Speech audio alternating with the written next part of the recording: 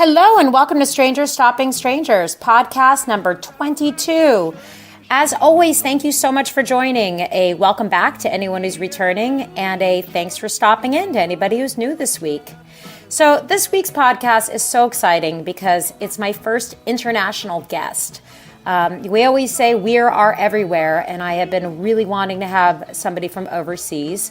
And Matt Day comes to us all the way from Australia. So really exciting to hear from our first Down Under Deadhead. A really fun podcast. We had so many laughs making it.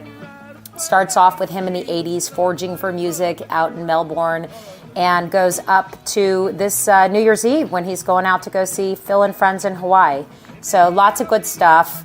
One thing I'll say, I was going to cut the music down as I try to do and do for most everything, but we do Wharf Rats from Skull and Roses because that was his first album he got into, and there's just no place that you can cut that song off. So we're going to go the full dose of that and then edited down versions on the other songs and the full song on the companion-only attachment. So as always, thank you so much for joining. If you are looking for some older podcasts, they are all on the website, which is www.strangerstoppingstrangers.com. And thanks for stopping in. Catch you soon.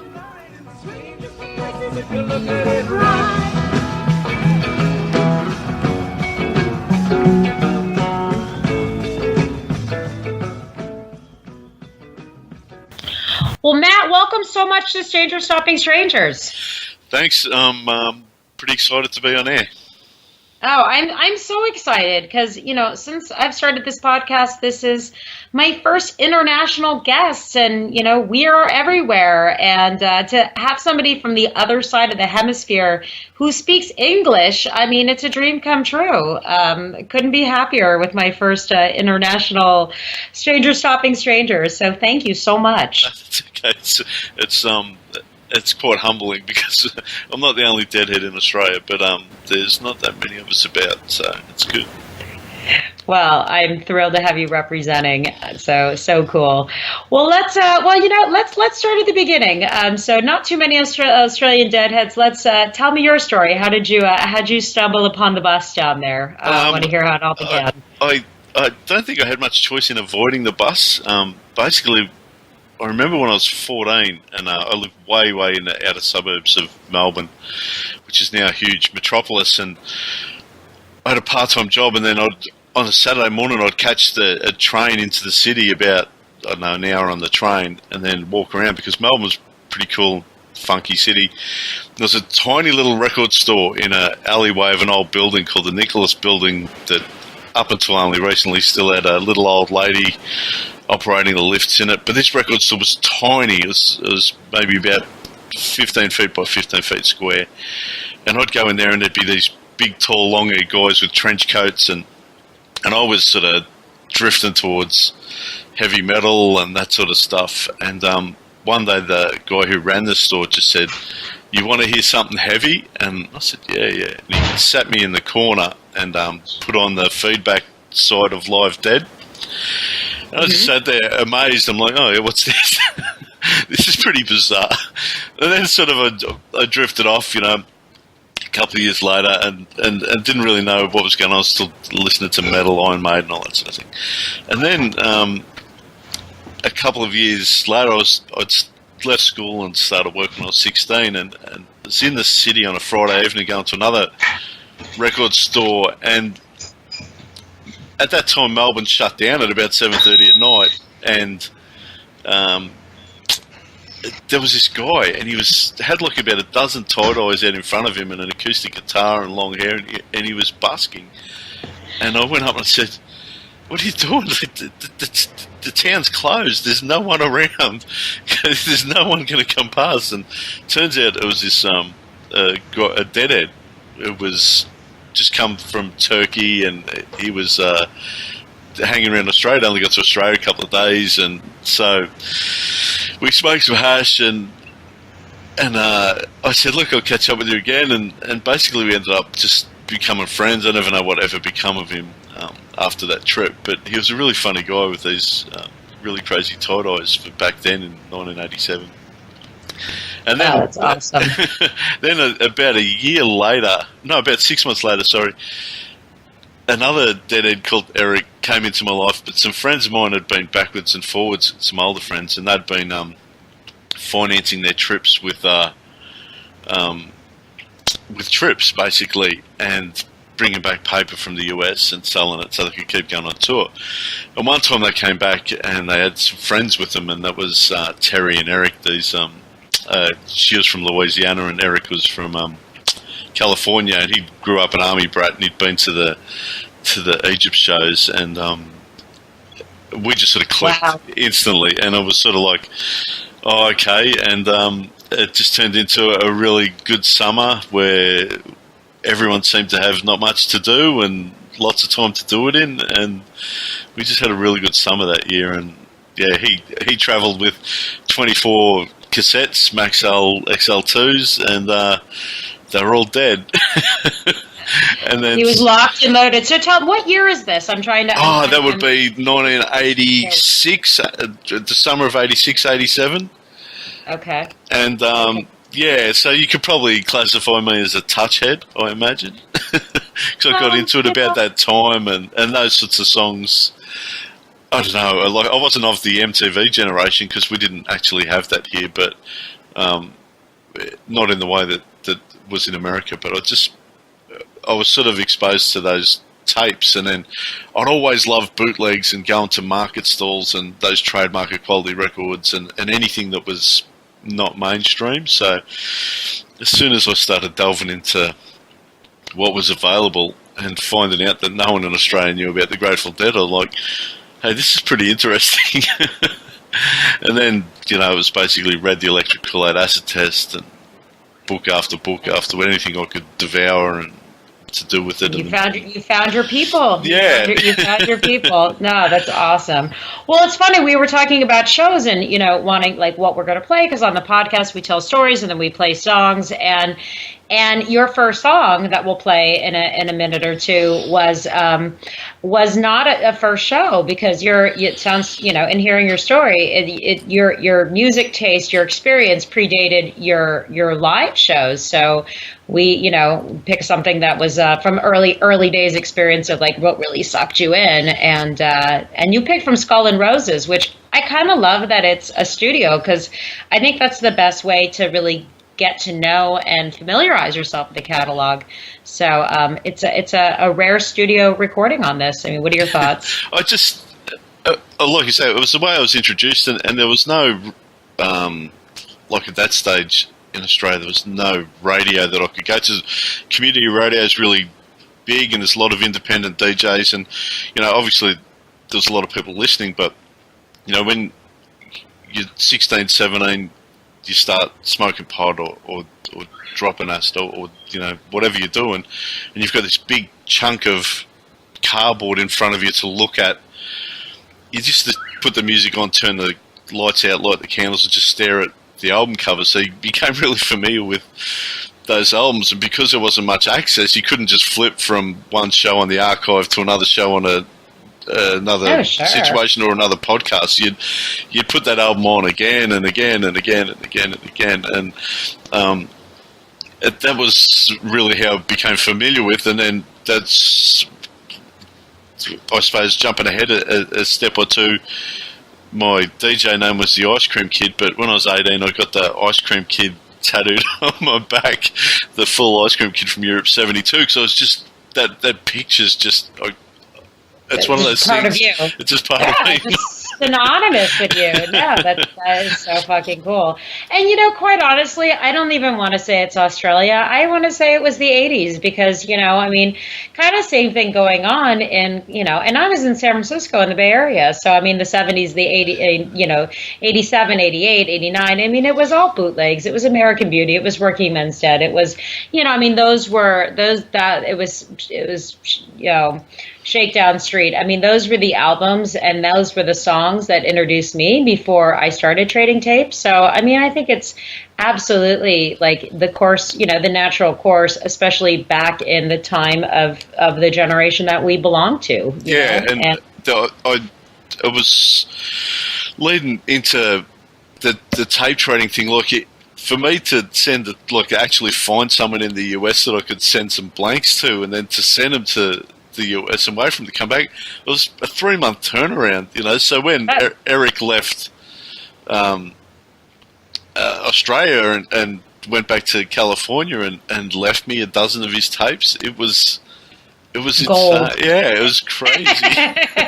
it was gold for you. But no one seemed to there was no we used to take him and live in our cars down the beach all weekend and all that sort of stuff. Everything would be covered in sand. We had a generator and take a record player down because we didn't have enough tapes, and it was just all about that sort of stuff. But yeah, so basically after getting hold of the bootlegs and realising that there was a whole other world inside the world, I just realised I'd poked my eyelashes down the rabbit hole, not my whole head. So I was ready to go. Right on. Well, let's start with some music. Let's go into. We picked from Skull and Roses. We picked Wharf Rat, which is, it's such a beautiful song, and I want to play some music, and as always, I'm just going to play like a nice taste of it. We'll do 3-4 minutes, and then I'll have the full recording on separately. So let's roll into that, and then I want to hear about your first trip over and go and dipping your head a little farther down the rabbit hole. So let's go into that, and then we'll be back. Enjoy.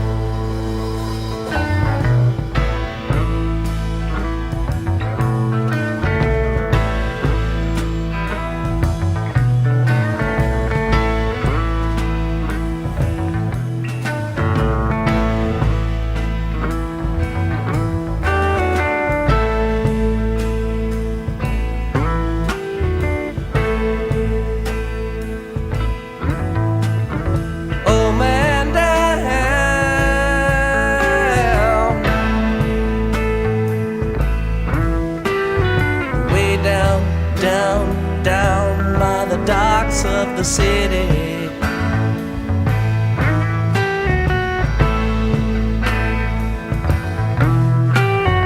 Blind and dirty,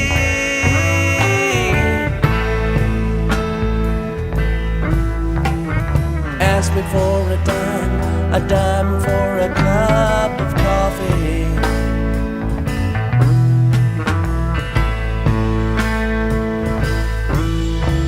I got no dime, but I got some time to hear a story.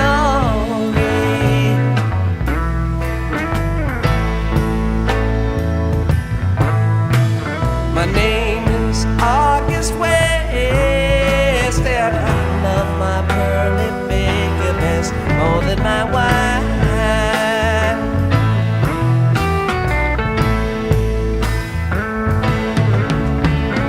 More than my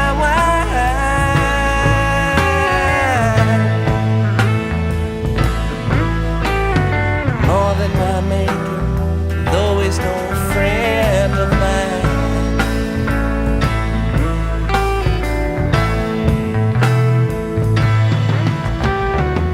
Everyone said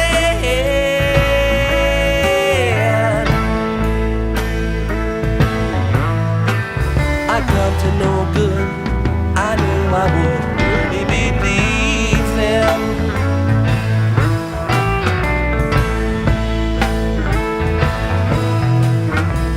For my life,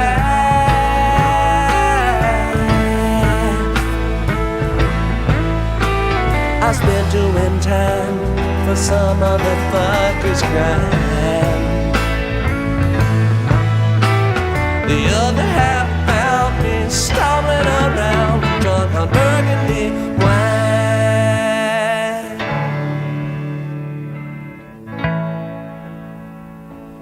But get back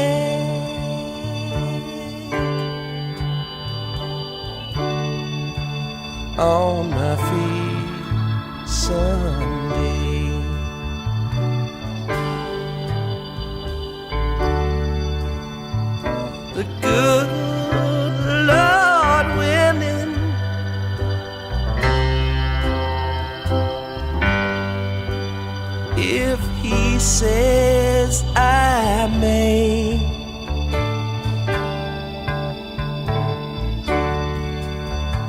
I know that the life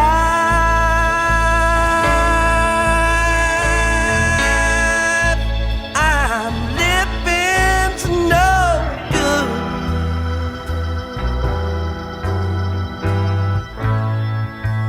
I'll get a new start.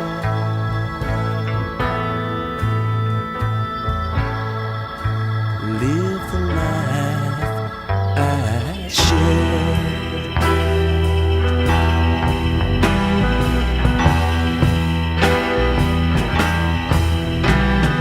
I'll get up and fly away. I'll get up and fly away, fly away.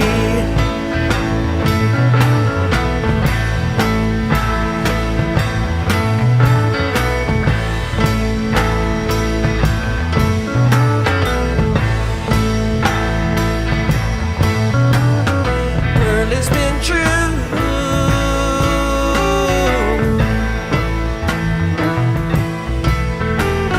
true to me, true to my dying day, he said.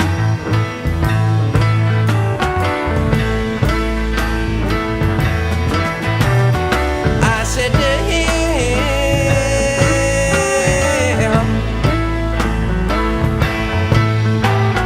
I said to him, I'm sure she's been. I said to him, I'm sure she's been true to you.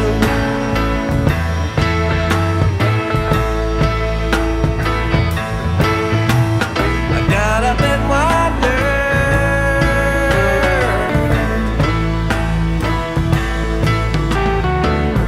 downtown, nowhere to go but just to hang around.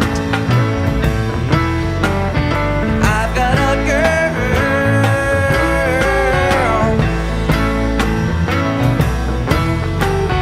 named Bonnie Lee. I know that girl's been true to me. I know she's been, I'm sure she's been true to me.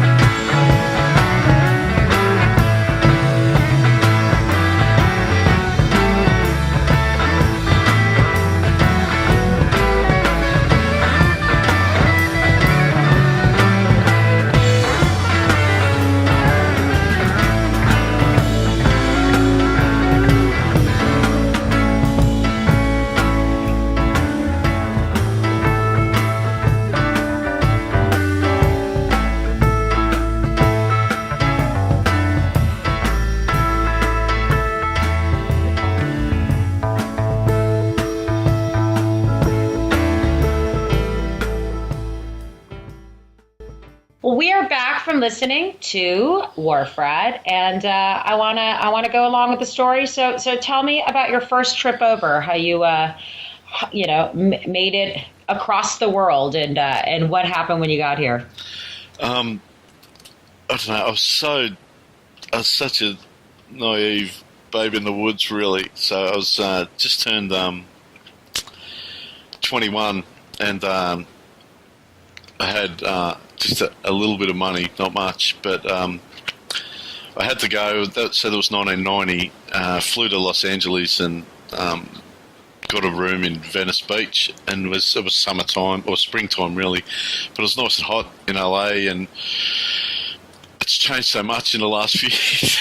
There, it's quite sad what it's become. But I went and hung out with some heads doing hair wraps on the boardwalk, and sort of met people. I just thought, this is easy, and then I hitched up to Sacramento. Everyone said you're mad, but I hitchhiked up to Sacramento and ended up getting a truck, like a semi truck, driving me virtually all the way to Cal Expo, and then I walked around. I got to Cal Expo, and then just the madness ensued. I bought a whole heap of paper, had in my money belt, and I mean a lot of paper, and that could have got me in a whole lot of trouble. But I was just so naive. But then I didn't have tickets to the show, and I didn't really know anything that was going on. And I walked up to someone and said, where can I get some tickets? And this Deadhead goes, over there, it's the box office over there. So I went over and knocked on it, and it was the demountable that the police had set up. And so here I am, I was like just toast with a bag full of badness, and the policeman going, what do you want? I'm like, they told me to come here to get tickets, and I'm like, what? I could just sort of see everything going bad between me, so I'm like, it's all good. I've come to the wrong place, and I've walked away, and then I noticed everyone going through a gate into a separate area, and I tried to go through that, but they said you needed all 3 days tickets to get into that campground, and I just saw someone who had 3 tickets in their hand. I said, look, and he already had a wristband. I said, I'll give you $20. You walk through next to me, I'll hold your tickets and get in. And he goes, yeah, all right. So he got $20 just for walking beside me and let me hang on to his tickets for 3 minutes. And then I got basically lost in the campground. A pretty, not a good trip in general, both mentally and physically. Made my way. Yet you still hung on. And I sort of made my way into the show, but then you're still in the game. Yeah, that's totally cool in itself, right? The scariest. All this scary shit, but you're not deterred from your path at all. No, well, I left because I was just alone. I just didn't know anyone, and I just had to get out of there. So I jumped the Greyhound from Sacramento to San Francisco. But while I was waiting at the Greyhound station, these 2 long-hairs come up to me and they're going, you got to be careful, the sheriff locks up long-hairs in this town. And I'm like, I got to get out of this town. So I jumped the bus, and then I had an indigenous American Indian just drunk punching the seat behind me all the way to San Francisco. It was just, everything about it was bad.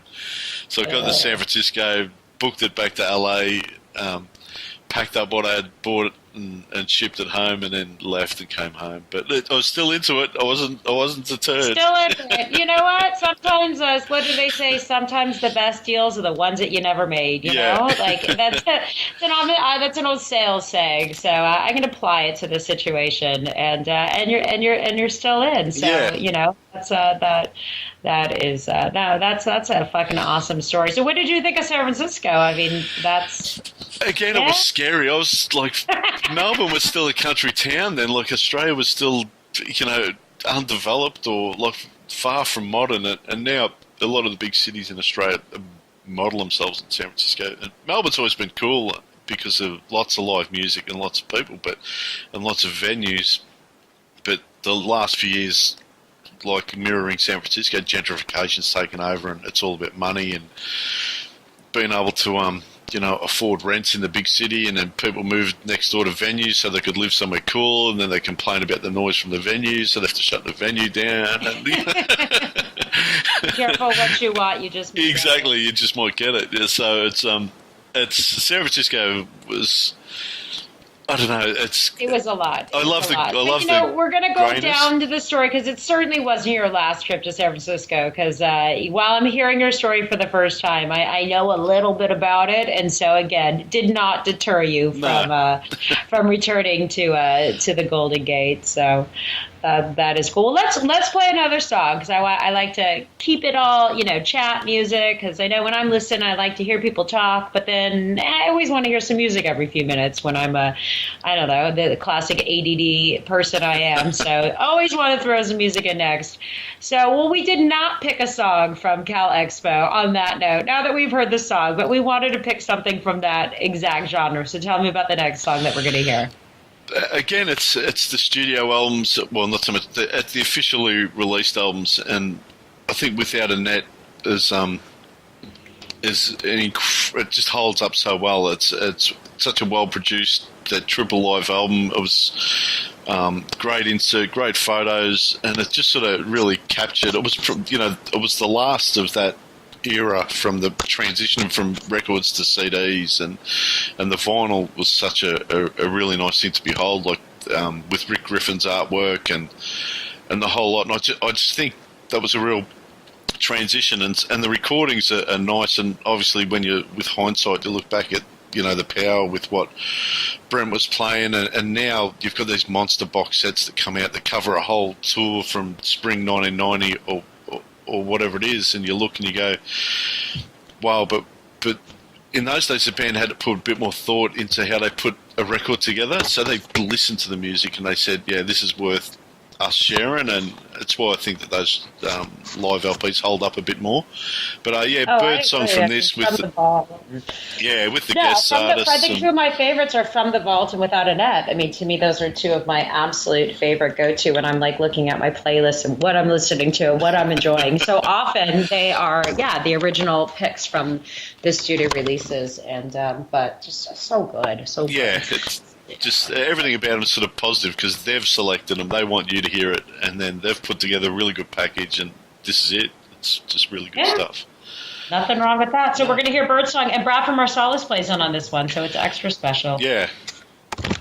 So, all right, well, let's do this. And I know this one by heart. And again, this one's a little long, so we're going to do a real nice little chunk of it. And then in efforts to keep the podcast to, again, other people's ADD time frame, and around an hour, we'll do a chunk of it, and then we'll come back and we will play the rest. So enjoy, and then we will be back with the next story.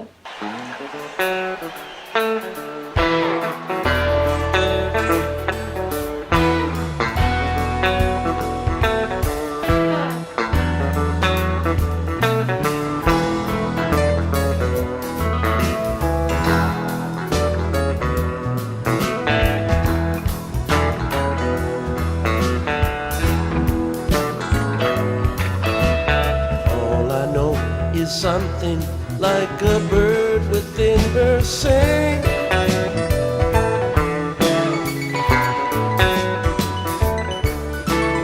All I know, she sang a little while and then flew off.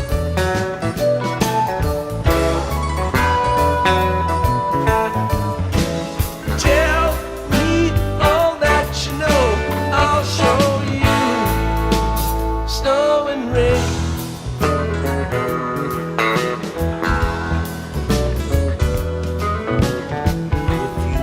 That same sweet song again, will you know why?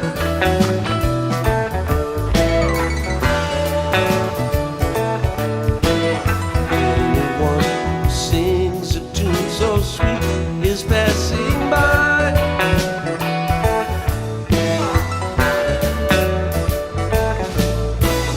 Laugh in the sunshine, sing, cry in the dark, fly through the night.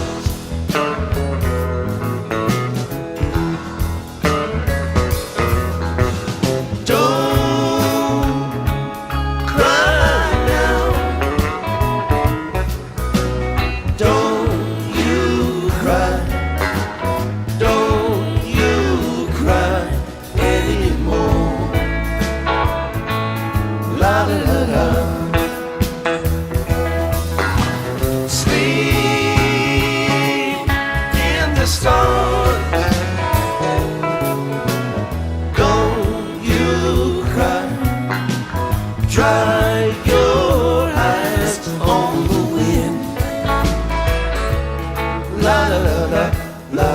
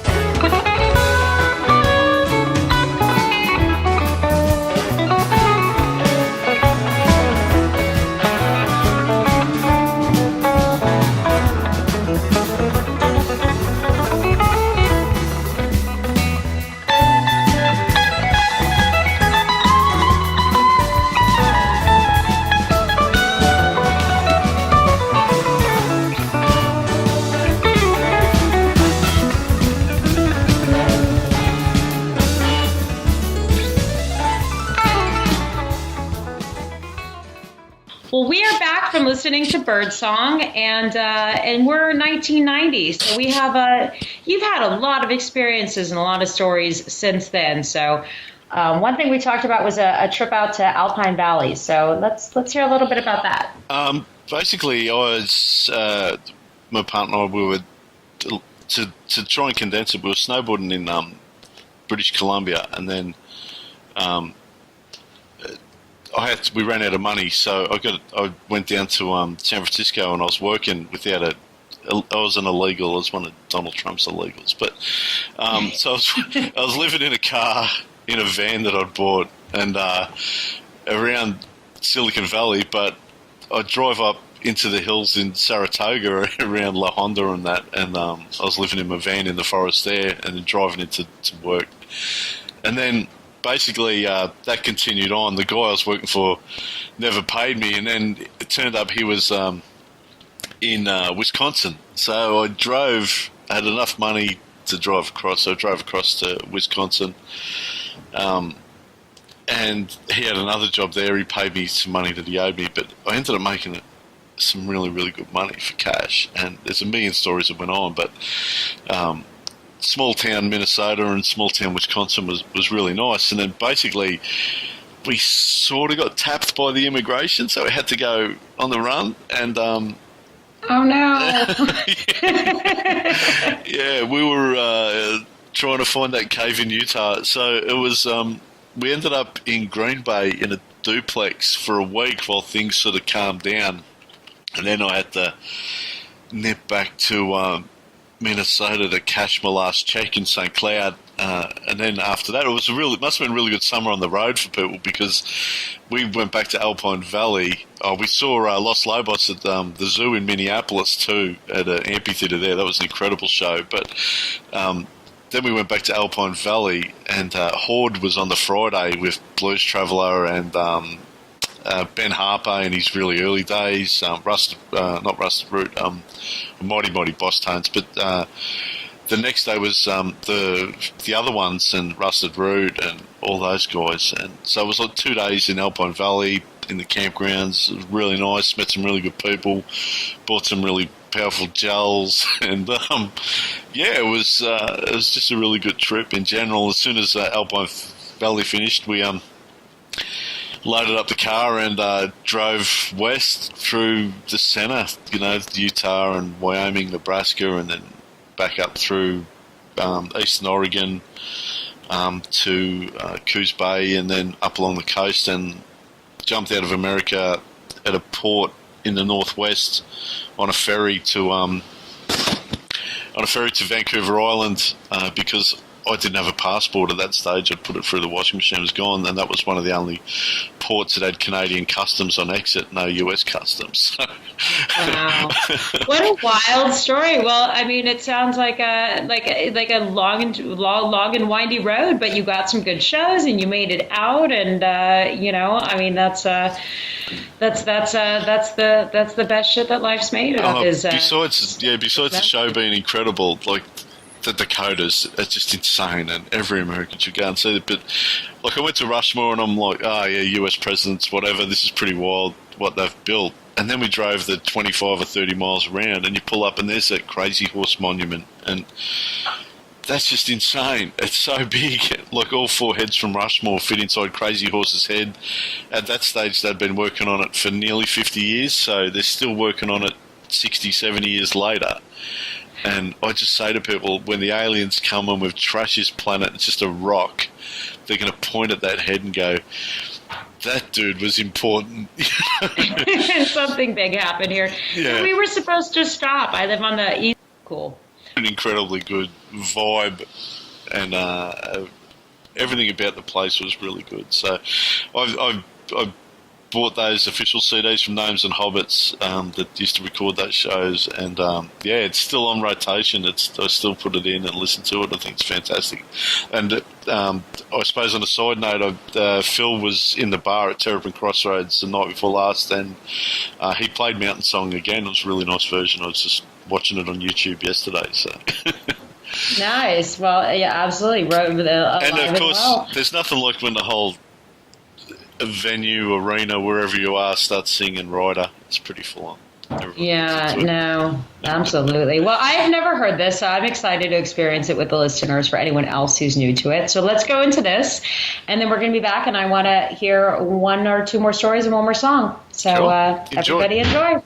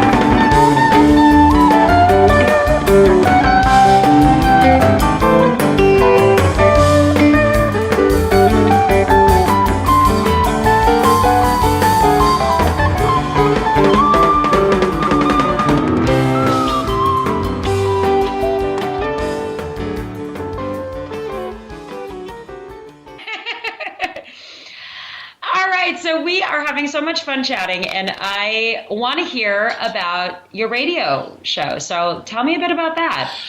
I was on community radio here for years and years and years, and then basically now I just fill in for some people because work doesn't allow me to stay in one place a very long time. But even when I was a little kid, I really liked the community radio, and I suppose you can equate it with college radio in the US, except it's a lot more freeform. So there's hundreds of community radio stations around Australia, and it's a really valid form of communicating, but they encourage DJs to be about, it's your show, it's your 2 hours, it's your 3 hours, you play what you want, you do what you want. So when I moved up to Byron Bay, where I live these days, in 2001, I got involved in the local radio station, and my show was A Long Strange Trip for 9 years, and basically it was just Grateful Dead and virtually all Grateful Dead, maybe a little bit of Jerry and some Grateful Dead related, the Old and in the Way stuff and a few other offshoots, but not much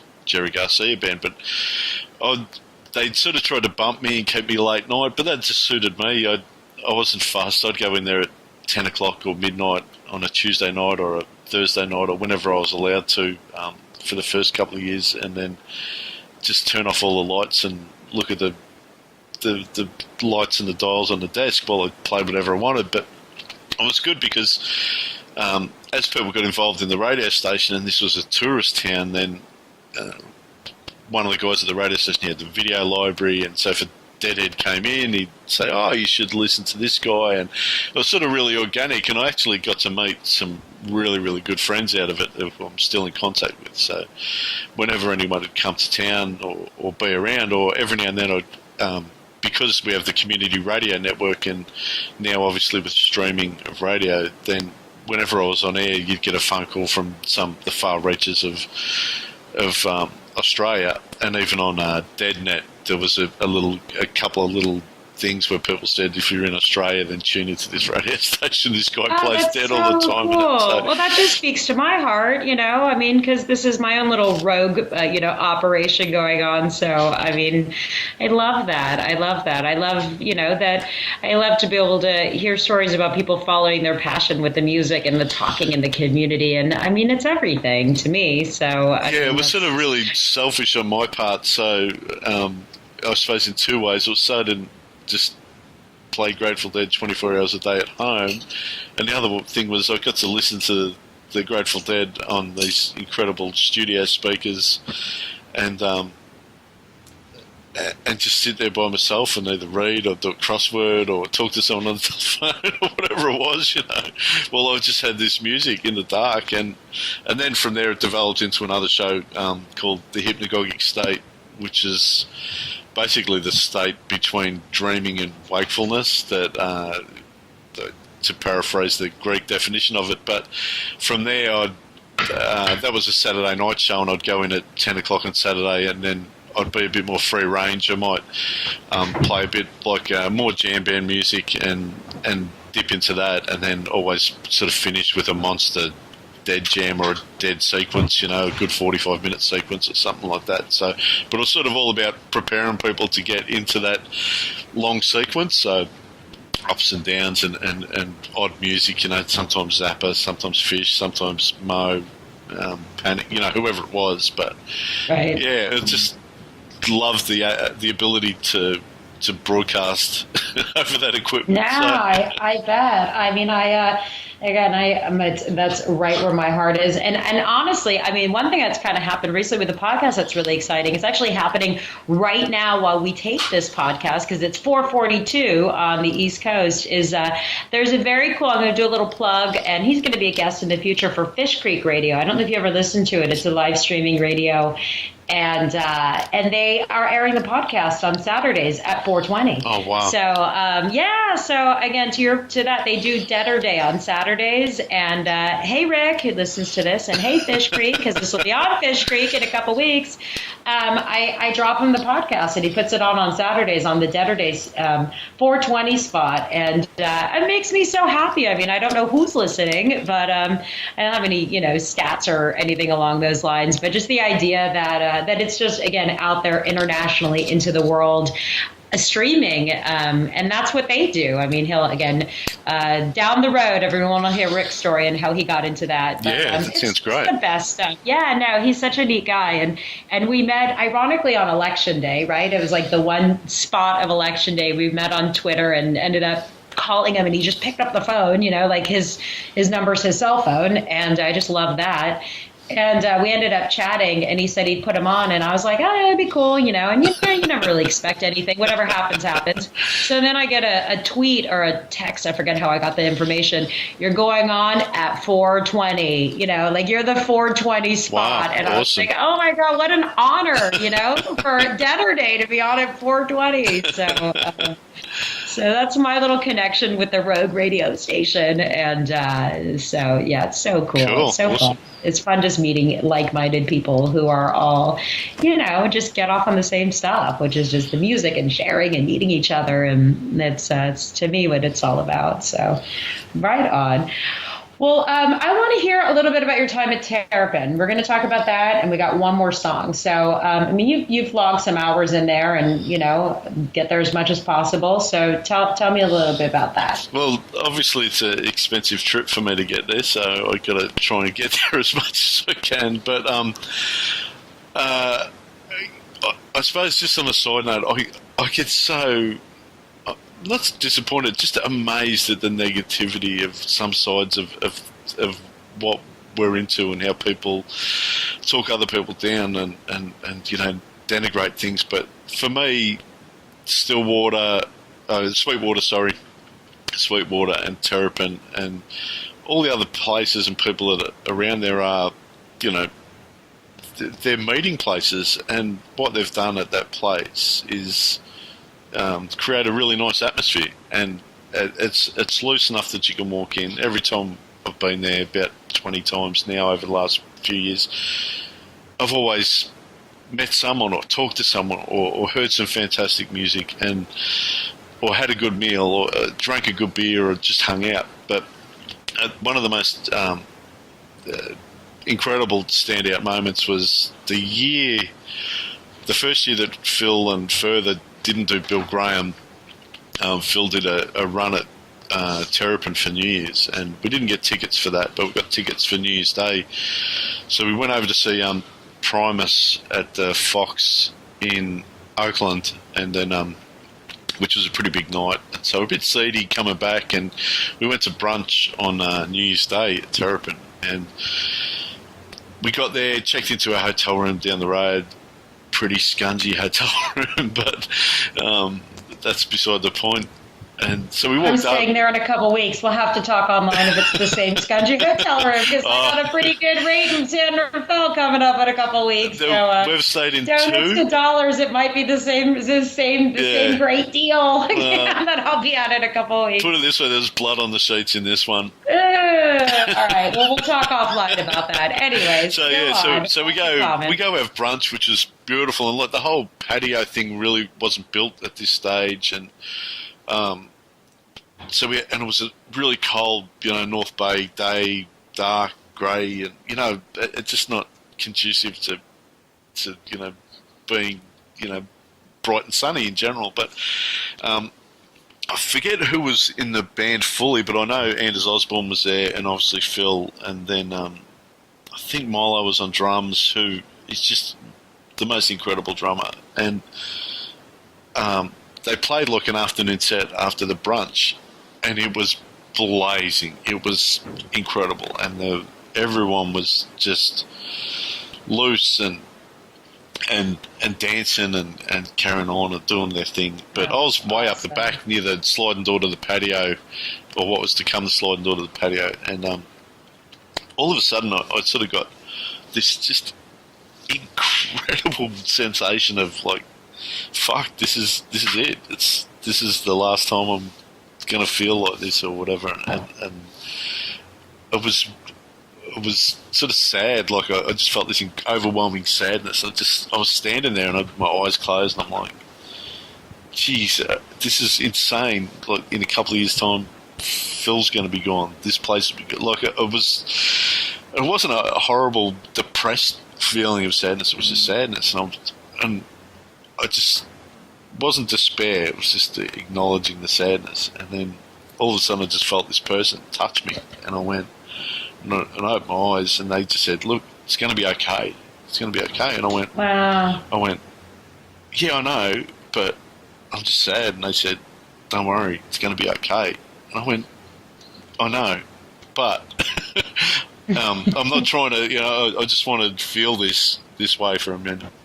And so they went back to dancing, and it was all good. And then the show finished, and I was, but there's nothing bad about feeling sad. When you feel sad, you feel sad. But so I'm not complaining about that. But look, I walked outside, and there was a couple of little chairs out the back, and I was just sort of sitting there, or we were sitting there, my partner Naomi and I, and it just spaced, I suppose. It's been a big trip, and we're getting ready to go another night in San Francisco, then down to Florida to go to Jam Cruise, and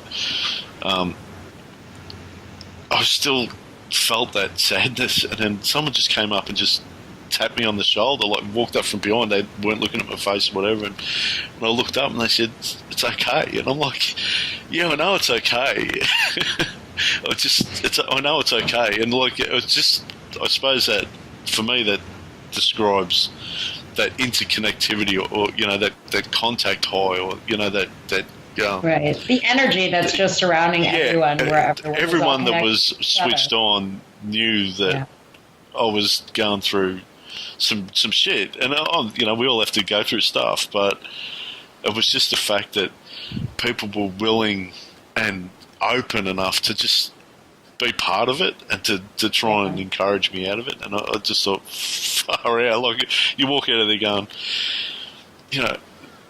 thanks for, there's no way you can repay that except for just to be open for it, to be part of it, I think. And so and to do that for someone else. Yeah, exactly. Like, It's just to be in touch with other people's feelings, and someone else is going through, their feelings surrounding the emotions around the people and the energy and everything's going on, because yeah, I mean, absolutely. No, I just kind of got the goosebumps thinking about it, because there's an interconnectivity that you get nowhere else, and to have that, happening now and alive and well in this world it's unique. Yeah, and like, just, I suppose the next time that happened was after the first Fare Thee Well show, and we were down on the floor at Santa Clara, and then after the show, we're milling out and going up the stairs at Levi's Stadium, and about halfway up the stairs, I sort of got that same feeling again, like, fuck, this is it. This is the last, this shit's never going to ever happen again. And all of a sudden I felt someone reach out and grab my hand, and then just start rubbing the top of my hand with their thumb, and I looked up, and there was this older woman head, and she had her eyes closed, and she was in wherever she was, but she had a blank expression on her face, and then she rubbed my hand for like maybe 30 seconds, and then she smiled, and all of a sudden I felt okay again, and she just let go of my hand and walked off. I was like, yeah. Yeah. Well, I guess this would be a good time to mention strangers stopping strangers just to shake their hand. Everyone's playing in the Heart of Gold band, right? I mean, that's where I'm coming from. It's beautiful. Absolutely. Yeah. Absolutely. Well, let's play a song from Terrapin. So you had selected a Fire on the Mountain. So we're gonna go and play that. This was there was two shows that we went to in the Great Room, which is just incredible. If anyone gets the opportunity to go, then go. Don't worry about the naysays or whatever. It's got the best sound system on the planet, and it's never oversold. There's lots of room to bop, and everyone's there for a good time. But this night, December 19, 2014, was just when Rock Scully had passed away. So there was a bit of a tribute show, and there was Scott Law, Ezra Lipp, I think Baracco on keyboards, and obviously Phil and John Kay on guitar as well. And nice. It was just blazing. It was just from the get-go all the way to the end, the 20-minute Terrapin encore. It was just off the chain, and had a great time that night and the next night. But the fire was really, really good. So. Well, let's hear it. Let's go into that, and then we're going to come on back, and we're going to say a little goodbye, and everyone enjoys. So let's hear it. You're sending me this because this isn't a ready archive. So you're gonna personally. This isn't something we can all just tap into. So This is something special that everyone gets to hear. Sure. Right on. All right. Well, everyone enjoy, and then we will be back to say goodbye.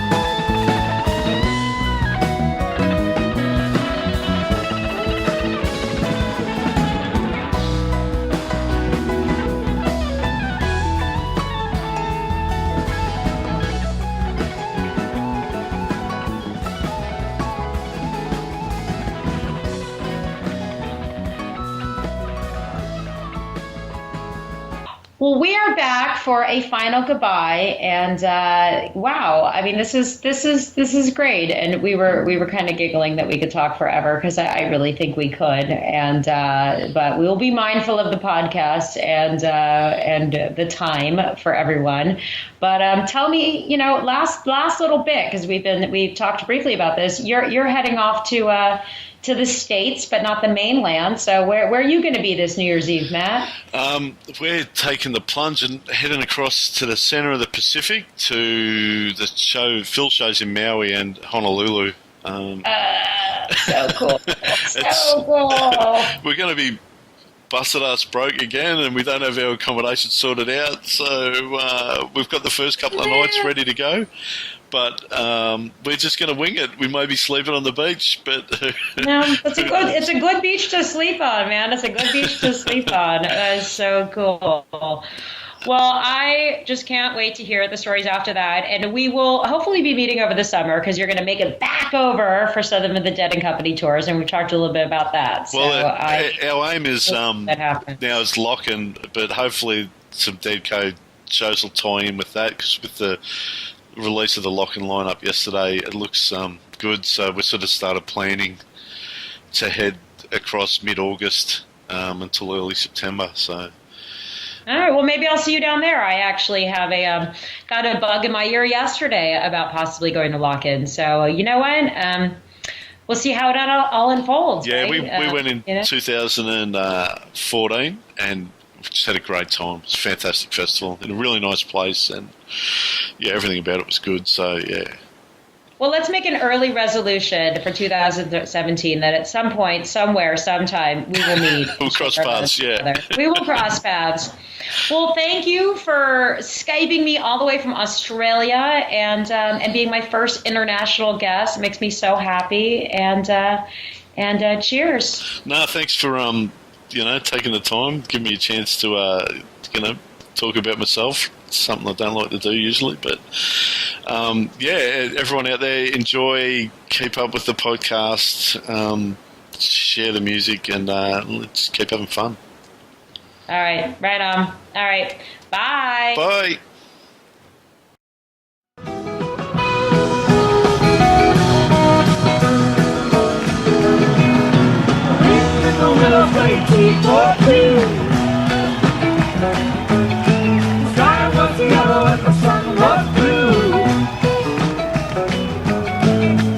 Changing, stopping strangers, just a shake of hands. Everybody's praying in the heart of golden